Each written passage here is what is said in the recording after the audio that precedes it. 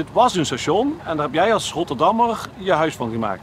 Ja, hier heeft dus tot en met 1992 gewoon de reguliere trein tussen Maastricht en Aken gereden. Ik heb 30 jaar lang daarvoor tussen Rotterdam, Dordrecht en hier gepeddeld om mijn vrijwilligerswerk te doen.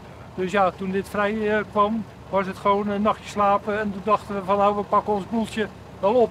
Ik ben niet echt een treinenfanaat, ik ben hier echt voor de natuur en landschap. Kijk, als je naar het landschap kijkt, zeg ik altijd maar, ja, dit is het mooist gelegen stationnetje van Nederland.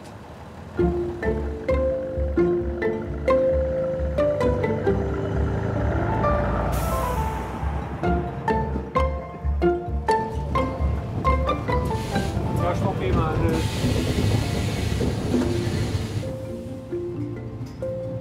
Waarom deze tussenstop?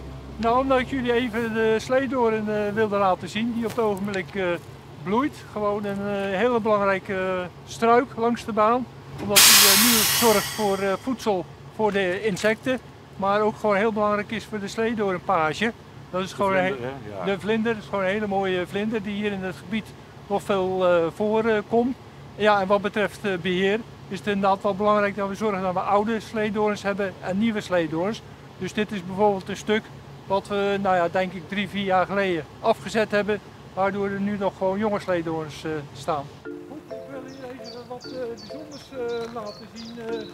We zijn niet alleen maar voor de baan boven. Ja, van het zonnetje naar deze schaduw en wat kouder. Waarom? Ja, nee, omdat dit toch wel een bijzonder tunneltje is. Hier overwintert nog een langpootmug, een hooiwagen. De mensen kennen wel dat hele grote beest dat af en toe binnenkomt.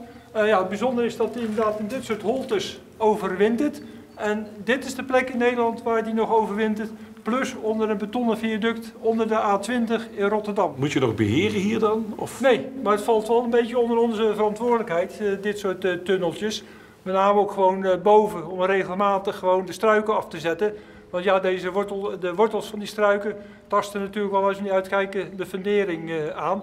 Ja, en deze tunneltjes zijn dus al meer dan 150 jaar oud. Want die zijn dus aangelegd toen de spoorlijn Maastricht-Simpelveld naar Aken werd aangelegd. Dit was ook de eerste internationale verbinding die Nederland had. Daar zit een Dassenburcht. Ja. Toen ik 30 jaar geleden hier begon, hadden we 7 Dassenburgten langs de baan. En we hebben er nu wel 70.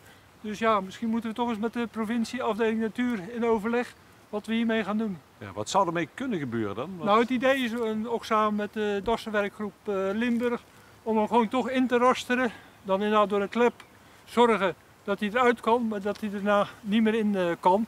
Maar goed, zelf ben ik bang, we kunnen hem hier verjagen. Maar binnen de kortste keer zit hij gewoon aan de andere kant.